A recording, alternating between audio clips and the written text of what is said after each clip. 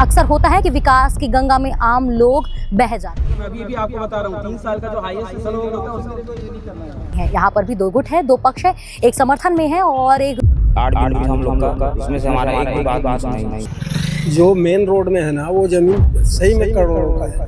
Sir तो हमारे को आपत्ति नहीं है सर, हमारे खेत में मत जाइए, बस इतना नहीं। जी है जी, एक जॉइंट सर्वे किया जा रहा है जिसमें सभी विभाग के अधिकारी, इसलिए थोड़ा सा विवाद जमीन तो सरकार ने ले ली है, ठीक है। उसको पुलिस प्रशासन जो है थाने में ले जाकर बिठा रही है। और नमस्कार, मैं ईशा साहू और इस वक्त आप देख रहे हैं 36 टीवी। अक्सर होता है कि विकास की गंगा में आम लोग बह जाते हैं और यही दृश्य फिर से देखने को मिल रहा है दुर्ग जिले के अंतर्गत में। हम मौजूद है ग्राम पुरई में, जहां पर बता दें कि खरसिया से लेके परमाल कसा तक रेल लाइन बिछनी है और इसी रेल लाइन का विरोध जो है गांव वाले कर रहे हैं। यहाँ पर भी दो गुट है, दो पक्ष है, एक समर्थन में है और एक जो है समर्थन नहीं दे रहा है। कह रहा है अगर इस रोड से रेल पटरी जाएगी तो उस रेल पटरी की जो मुआवजा राशि है वो लिखित में चाहिए। उसी के साथ में करगड़ी के जो रहवासी हैं, जो किसान हैं, जो प्रभावित हो रहे हैं, वो इस वक्त यहाँ पर जो है धरना प्रदर्शन कर रहे हैं और कह रहे हैं कि मुआवजे के बिना यहाँ पर किसी भी प्रकार की आगे की जो कार्रवाई है या फिर आगे की जो प्रक्रिया है वो सरकार को नहीं करने दिया जाएगा। बता दें, आप देख सकते हैं उसी जगह पर हम इस वक्त मौजूद है। सुबह से ये जो पूरा मामला है गरमाया हुआ है और यहाँ पर भारी मात्रा में जो है बल तैनात किया गया है, क्योंकि यहाँ के जो ग्रामीण है काफ़ी गुस्साए हुए थे और इसी बीच में जो है एसडीएम साहब यहाँ पर पहुँचे थे और एसडीएम साहब के साथ में भी जो है गाँव वासियों का जो है यहाँ पर थोड़ा सा बहस हो गया और इस पूरे मुद्दे को लेकर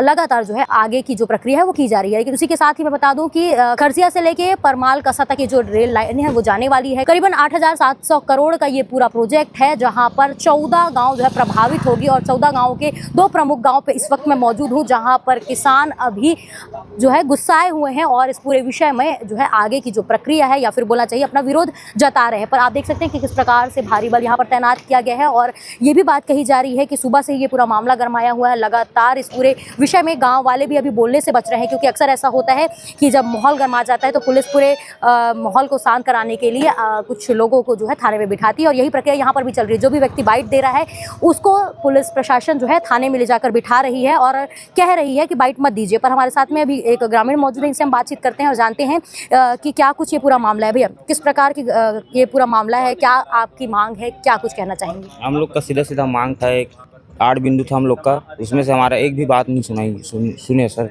एसडीएम आए थे और नायब तहसीलदार सर भी आए थे, उन लोग कुछ हमारा बात नहीं मान रहे हैं। बाकी जगह वर्ग मीटर है, यहाँ छत्तीसगढ़ में सिर्फ वर्ग मीटर हटा दिए हैं और जैसे ज़मीन चला गया हमारा तो ज़िंदगी भर के लिए चला जाएगा हमारा ज़मीन, तो हमको उसके उचित मुआवजा चाहिए और प्लस नौकरी का भी, स्थायी नौकरी का मांग कर रहे थे। उसमें हमारा कोई सुनवाई नहीं हुआ अभी तक। कितनी आपका कितना खेत प्रभावित हो रहा है भैया? 1.5 एकड़। 1.5 एकड़ प्रभावित हो रहा है और आपको अगर बात की जाए तो उसकी लागत कितनी होगी?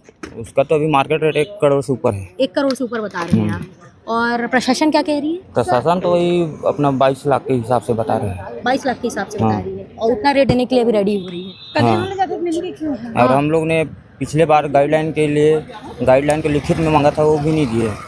मतलब आप लिखित में चाहते हैं जो भी मुआवजा दिया जाए वो लिखित में दिया जाए ताकि बाद में सरकार ना मुकरे? हाँ। मैं ये बोलना चाहती हूँ ये पूरी प्रक्रिया कितने समय से चल रही होगी, कितने समय से आपको पता होगा? ये हम लोग को अभी नवंबर महीने, पिछले साल नवंबर से पता चला है, तो हम लोग सब किसान इकट्ठे हुए और आगे का कई बार तहसीलदार के पास अपना आवेदन भी देने गए थे। वहाँ पे हम लोग का 14 किसान का FIR कर दिया था। हम लोग वहाँ कुछ हल्ला गुल्ला भी नहीं किए थे, ना कुछ नहीं किए थे। मतलब यहाँ से जो प्रशासन है वो सीधे आप लोगों को थाने में बिठा रही है? हाँ, थाने में लेके जाकर बैठा दिया कुछ साथी को, हमारे किसान साथी को। ये नाइंसाफ़ी है। हम लोग विकास में कोई बाधा नहीं डाल रहे हैं, हम लोग अपना उचित मांग कर रहे हैं। तो आपने सुना कि किस प्रकार से ये जो है किसी प्रकार के विकास में आड़ा नहीं आना चाहते, लेकिन जो इन्हें मुआवजा है वो उचित तौर पे मिलना चाहिए। यही बात जो है लगातार इनके द्वारा कही जा रही है और इसी पूरे मुद्दे को लेकर जो ग्रामीण है वो आक्रोशित हुए हैं। कुछ और ग्रामीणों से हम बातचीत करेंगे। आपका कुछ प्रभावित हो रहा है ये जगह? मेरे एक्चुअल में भारत माला में प्रभावित हुआ है, ठीक है। तो वहाँ दिक्कत ये हो रहा है कि ज़मीन तो सरकार ने ले ली है, ठीक है, बट मेरे को खेत में जाने के लिए रास्ता नहीं मिला है। वही प्रॉब्लम यहाँ रेलवे में भी अगर ज़मीन नहीं कर रहा है, ठीक है, तो फिर ये प्रॉब्लम रास्ता वास्ते का क्या है, क्लियर है, ये सब कुछ नहीं बता रहे। और मुआवजा भी किस रेट में देगा उसका भी कुछ कंफर्म नहीं है। मतलब मुआवजा तक नहीं? मेरा तो खेत का ज़मीन निकला है, अभी तक मुआवजा नहीं मिला मेरा तो। डोमाल सिंह जी हमारे साथ मौजूद है, जो पुरई गांव के सरपंच हैं। इनसे हम बातचीत करेंगे। सरपंच जी, किस प्रकार की स्थिति आज यहाँ पर सुबह हुई थी और क्या कुछ जो है यहाँ की जो किसान है वो कहना चाह रहे हैं? किसान का कहना है कि हमें क्या मिलेगा, वो क्लियर लिखित में तो कहना है और लिखित में भी कोई देने को तैयार नहीं है, इसलिए थोड़ा सा विवाद हुआ है। तो भैया आपने बातचीत की तो सरकार क्या कह रही है, लिखित में क्यों नहीं देना चाह रही सरकार सर्वे के बाद ही देंगे बोल रहा है, अवार्ड बनेगा तभी देंगे बोल रहा है। जिसका जितना जमीन निकल रहा है ना उस हिसाब से बताएंगे बोल रहा है। भैया इनमें कई लोगों का कहना है इनकी जमीन जो है करोड़ों की हो चुकी है, लेकिन उनका जो मुआवजा है वो कम दिया जा रहा है बोल रहे हैं। जो मेन रोड में है ना वो जमीन सही में करोड़ों का है। अब उसको मिलेगा 4 गुना भी मिलेगा तो 60 लाख मिलेगा। 15 लाख एकड़ बता रहा है गाइडलाइन, उस हिसाब से उसको 60 लाख मिलेगा। तो नुकसान है तो कहाँ से ज़मीन देने को तैयार होगा, दिक्कत वहीं आ रहा है। जैसे किसी का प्लाट भी निकल रहा है, वो प्लाट खरीदा है स्क्वायर फीट में, उसको देगा हेक्टेयर में, तो नुकसान तो होगा ना। भैया मैं एक चीज़ और पूछना चाह रही थी, इसमें कितने किसान प्रभावित हो रहे होंगे, कितने अभी कुछ कम 200 का है, अभी सर्वे हो रहा है। ये दो गांव के बीच? नहीं, खाली पुरई में 200 रकबा है। सिर्फ पुरई में ना? सिर्फ पुरई में कुछ कम 200 रकबा है पुरई में। और ये जो आगे इसके बाद करगड़ी में है। हाँ। करगड़ी का कल होगा तब पता चलेगा। जी है जी, एक जॉइंट सर्वे किया जा रहा है जिसमें सभी विभाग के अधिकारी और रेलवे की टीम मौजूद है और ये सर्वे ग्रामपुरे में किया जा रहा है। कितने की संख्या में मौजूद हैं अधिकारी और किस तरह से अधिग्रहण की प्रक्रिया को पूरा किया जाएगा? अभी तो ये सर्वे का प्रारंभिक चरण है जिसमें PWD, इरिगेशन, CSPDCL और हमारे इरिगेशन डिपार्टमेंट, राजस्व की टीम और भी अन्य विभाग की जो अधिकारी हैं वो आज उपस्थित हैं और एक जॉइंट सर्वे किया जा रहा है। सर्वे के पश्चात इसमें अधिग्रहण की प्रोसेस भू-अर्जन अधिकारी द्वारा चालू की जाएगी। काफ़ी समय से आप ग्रामीणों के साथ संपर्क में हैं, बैठकें भी हुई हैं जी। ग्रामीणों की क्या मांग रही है, किस तरह से? देखिए, ग्रामीणों की बहुत सारी मांगें थी जिसमें सबसे प्रमुख उनकी नौकरी का विषय था कि रेलवे की मुआवजे के संबंध में नौकरी दी जाए। तो रेलवे के अधिकारी और प्रमुख वैद्य साहब भी यहाँ पर आए थे, तो कुनहरी में भी बैठक हुई थी। तो लगातार चर्चा करने के बाद जो रेलवे के तरफ से स्पष्टीकरण आया था कि अब नौकरी का प्रावधान नहीं है, तो उनको अवगत करा दिया गया।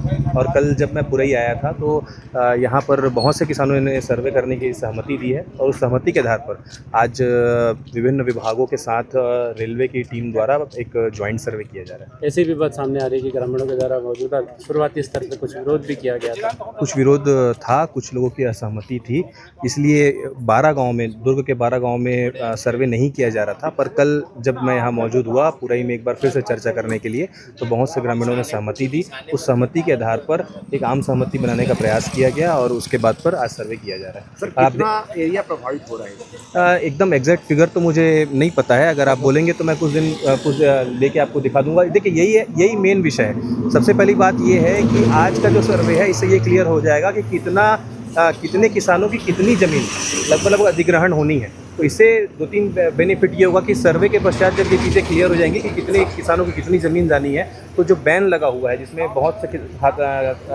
भूमियों का खाता विभाजन नामांतरण नहीं हो पा रहा है, तो ये प्रकाशन के बाद पे 20A के प्रकाशन के बाद पे उनसे छूट मिलेगी और किसान जो अपनी ज़मीन बेच सकते हैं या फौती या नामांतरण या खाता विभाजन की जो डायरेक्ट प्रक्रिया है वो कर सकते हैं। सर, राजपत्र में दर्शित मुआवजा और दिए जाने वाले मुआवजे में कोई अंतर है? उसे लेकर गवर्नमेंट किसी प्रकार का कोई अंतर नहीं है। SDM सर ने पहले भी स्पष्ट किया है कि जिस दिन 20A का प्रकाशन किया जाएगा उस दिन जो गाइडलाइन की दरें रहेंगी उसके आधार पर मुआवजा का वितरण किया जाएगा और इसके बारे में स्पष्ट SDM साहब सब चर्चा कर सकते हैं। सर, पूरा परिचय दे दीजिए। वसुमित्र दीवान, नायब तहसीलदार दुर्ग।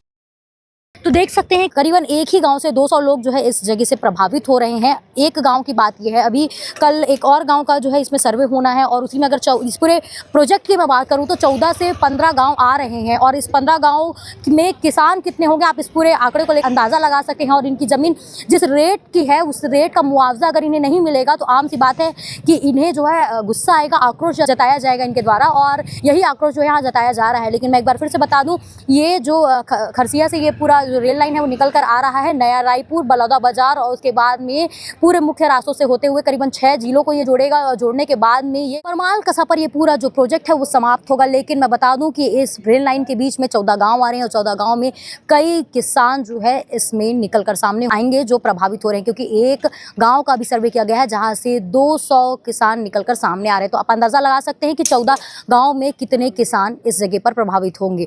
वहीं आपको बता दूँ अब इस पूरे मामले को लेकर जो है पुलिस प्रशासन काफ़ी सख्त हो चुकी है। देख सकते हैं कि किस प्रकार से बल मौजूद है। बार बार मैं ये शब्द बता रही हूँ क्योंकि यहाँ पर अगर कोई आक्रोशित हो रहा है, ज़्यादा कोई बाइट दे रहा है, तो लोगों को यहाँ से थाने ले जाया जा रहा है और यहाँ से करीबन 7 से 8 लोगों को थाने में बिठा भी लिया गया है। अब इस पूरे मुद्दे को लेकर हम थाने पहुँचेंगे। थाने में क्या कुछ अभी इस वक्त मामला है वो हम आपको आगे बताने की कोशिश करेंगे। फिलहाल इस पूरे मुद्दे में आपकी क्या राय है, कमेंट सेक्शन में ज़रूर बताइएगा।